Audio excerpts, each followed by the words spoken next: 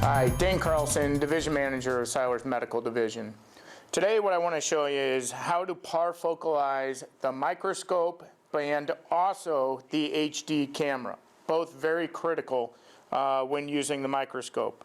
What parafocalization is it means that this microscope is going to be specifically set up for that individual so that when he or she rotates through the magnification, that it stays 100% in focus. The last thing a doctor wants to do is being able to move the microscope or doing the fine focus if he's just focused on one specific part.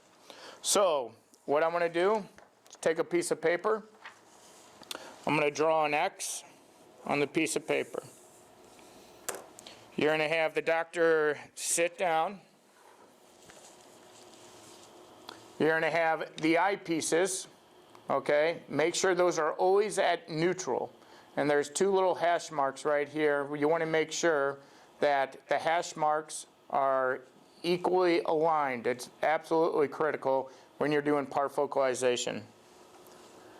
Then, remember, this is called our coarse focus, and this is our fine focus, okay? So what we want to do is have the doctor come in. You already have them set up, your interpupillary distance. Remember, get the doctor set up in his interpupillary distance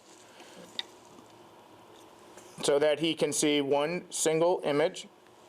You want to have him focus on the center of the X, okay? I'm going to go all the way up to the highest power on the surgical microscope, okay? Right here, as you can see, I'm a little blurry, and that's absolutely normal, because this is all part of the parafocalization process. So I'm on the highest power. I got the eyepieces at a neutral setting. Now what I'm going to do is do the coarse focus, bringing the microscope up or down until I'm absolutely as perfectly clear as possible. You're not going to be as clear as you will be after you've done the parafocalization, but you're going to get it as good in focus as you can. So I come here, I touch the microscope, I'm going to move it up, that's blurry, move it down, that's about as good as I can get it, okay? So now what I'm going to do, right now I'm perfectly coarse focused, so I don't want to move the microscope up or down anymore. I'm going to go to the lowest power of the microscope. I'm going to close my left eye, look into the optic, and I'm going to rotate to the right, to the left, until I can get it as clear as I possibly can. Okay? I'm going to do the same with my other eye. Close my right eye, rotate the eyepiece to the left, right. Okay? That looks pretty good to me. All right? So right now, I'm in focus. Now up here, what we have, since I know I'm in my coarse focus, my adapter has a focus ring, this black little focus ring, okay? So after I'm in my focus here at the lowest power, I've done my parafocalization, this is where I come and